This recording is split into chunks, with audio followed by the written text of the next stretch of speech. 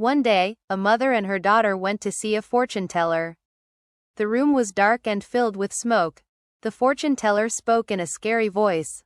"There is a dead spirit inside your daughter's body," he said. "That is why she coughs." The mother looked worried. "But my daughter only coughs when she takes exams," she explained. "At other times, she is perfectly fine." The fortune teller shook his head. "Something big will happen in November. You must do a ritual soon, or danger will come." The mother sighed. "I don't have enough money for the ritual right now." The fortune teller glared at her. "This is about her life. And you only think about money?" Then he called his helper, Mr. Kim. "Take them out. I don't want to waste time." Mr. Kim gently led the mother and daughter to the bus stop. He felt guilty. "Ma'am, don't worry too much," he whispered. "Your daughter just needs a few more points to get into medical school. She will be fine. I am sorry I brought you here." The mother smiled softly. "I know you only did it because you care for my daughter." After they left, the fortune teller smirked at Mr. Kim. "Well done. That poor woman will send her money today. People like her never hold on to their cash for long." Just then, a message beeped on his phone. It was a bank notification. Money had already arrived. The fortune teller laughed. He had tricked another person. Later, he went to a casino. The place was full of lights and sounds. He saw a woman there, the owner of the casino, Yi Rang. She greeted him kindly. "I'm new here," she said. "Can you show me an easy game?" The fortune teller smiled. Of course. He showed her how to play a dice game. She played and kept winning again and again. But there was a secret. Long ago, the fortune teller had made a deal with the dealer. That was why she won every time. Yi Rang finally said, "That's enough for today." But the fortune teller wanted more.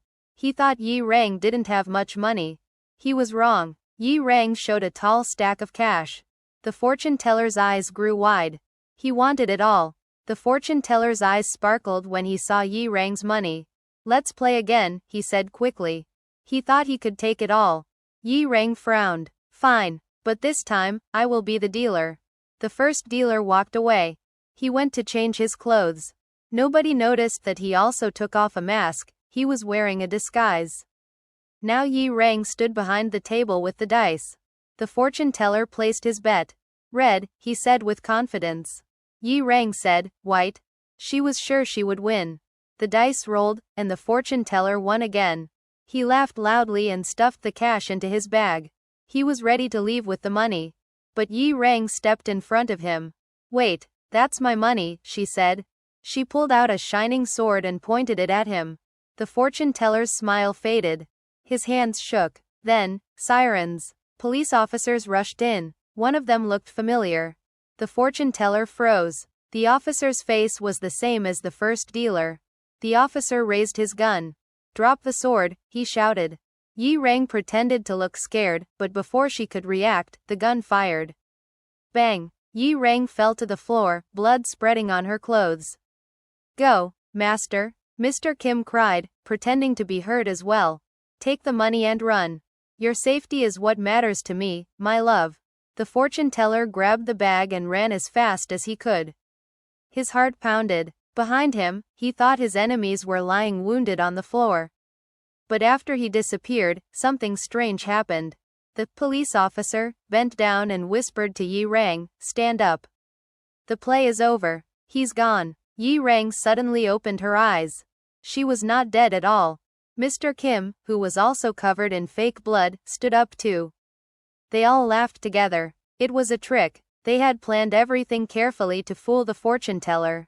Far away, the fortune teller finally stopped to rest. He opened his bag with trembling hands. He dreamed of piles of money inside. But when he looked, his face turned pale. The bag was filled only with old talismans and paper charms.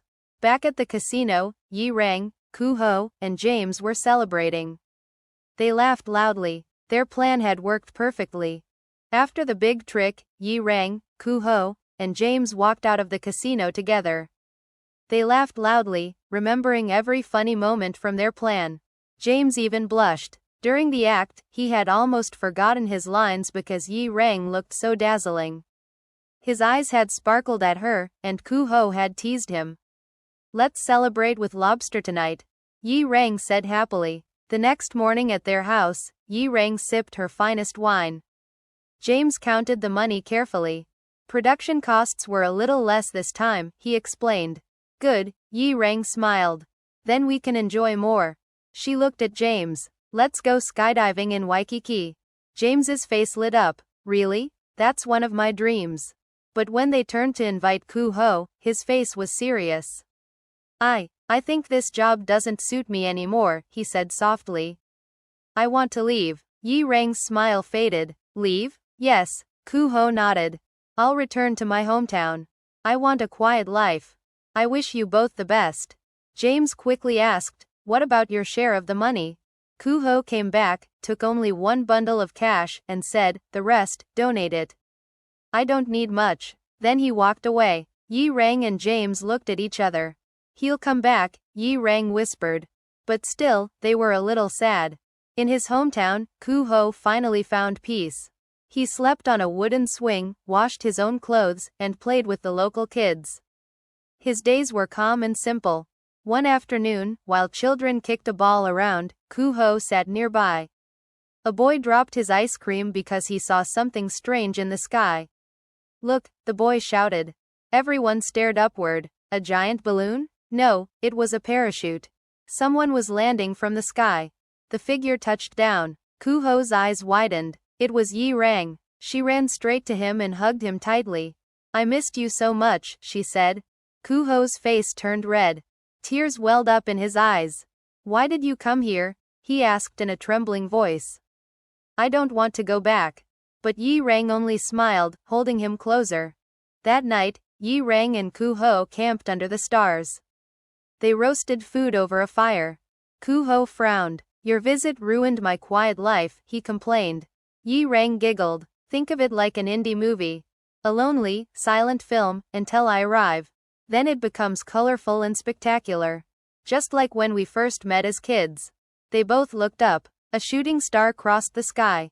Yi Rang's eyes sparkled. How many shooting stars appear in one day? About 12, Kuho answered. Perfect. Yi Rang clapped. That means I can make 12 wishes every day. They laughed together. Kuho served roasted abalone.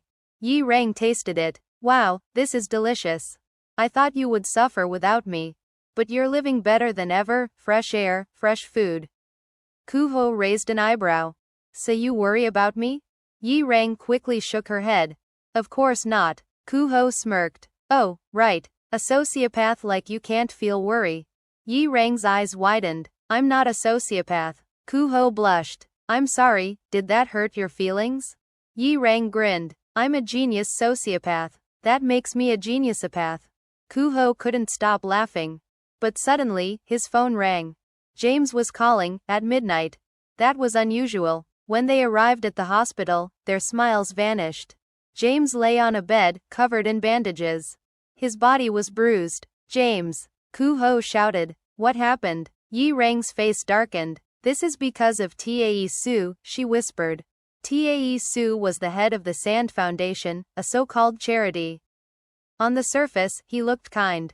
In reality, he was cruel and dangerous. At a clothing shop, Tae Soo tried on a suit while his worker bowed. I'm sorry, boss. I failed with the project. The owner of the land refused to leave. Tae Soo looked calm. Don't worry, I'll handle it peacefully. But his peace was destruction. He sent men to tear down the church, scaring the people inside. One young man fought back and recorded everything on video. That video was then used to force the church to move. Tae Soo's anger grew. He punished his disloyal workers without mercy. To many, he was like the ruler of a secret dark empire. Soon, he learned the tax office would investigate his foundation. It was only a cover to hide billions of illegal money. Tae Soo decided he must move his fortune overseas. James had tried to stop him but failed. That was why he was hurt so badly. Kuho clenched his fists. I'll get revenge for James. Kuho stared at James in the hospital. His heart boiled with anger. I will get revenge on Tae Soo for this, he said firmly. Yi Rang's eyes lit up. Good, but why exactly do you care so much? Kuho explained. On James's phone, the number 1 on his emergency list is me. That means I'm the most important person in his life. Yi Rang's smile faded. And me? What number am I? Kuho hesitated. You're number 0. 0? Yi Rang's face twisted. So I don't even count? The next day, the two of them sat at home, thinking of plans. Yi Rang had silly ideas at first. One was too loud, another too strange. Kuho laughed at her. Fine. Yi Rang huffed. Laugh all you want, but I'll come up with the perfect plan. She sat still, calm but sharp. Hours later, her eyes sparkled. Got it. Since James failed on the ship, we'll do it on a plane. Kuho leaned closer. A plane? Yes, Yi Rang said with pride. Listen carefully. On the big day, Yi Rang dressed up as a flight attendant. Kuho disguised himself as an important businessman. As the plane took off, the show began. Kuho shouted angrily, splashing water at Yi Rang. I ordered special water, not this cheap drink. The passengers gasped. Even Tae Soo, sitting nearby, turned his head. The trap was working. Later, when they got off the plane, Yi Rang accidentally bumped into Tae Soo's suitcase. His bag looked exactly like Kuho's. In the shuffle, their suitcases were switched. Outside, Kuho acted upset. How could I lose my bag? He cried loudly, so Tae Soo could hear. Tae Soo walked away, still holding the wrong suitcase. When he finally opened it, his eyes went wide. Inside was stacks of money. This man can carry money overseas, Tae Soo muttered. I must use him. He arranged to meet Yi Rang, who pretended to reveal secrets. That man, Kuho, is the hidden son of a rich plane owner. He's spoiled and reckless. Tae Soo believed it. He went to see Kuho, who pretended to be drunk with illegal drugs on the table. Tae Soo secretly recorded everything. He even slapped Kuho a few times and laughed. But soon, Tae Soo's men sent him a message. The rich son has a tattoo on his shoulder. Tae Soo yanked Kuho's shirt. No tattoo. His face turned red with rage. He pulled out a gun and pointed it straight at Kuho. Who are you really? Tae Soo growled. The room went silent. Tae Soo's eyes burned with anger as he aimed the gun at Kuho. Tell me who you really are, he demanded. Kuho's heart raced. He glanced at Yi Rang, who was trying to stay calm. One wrong move, and everything would end.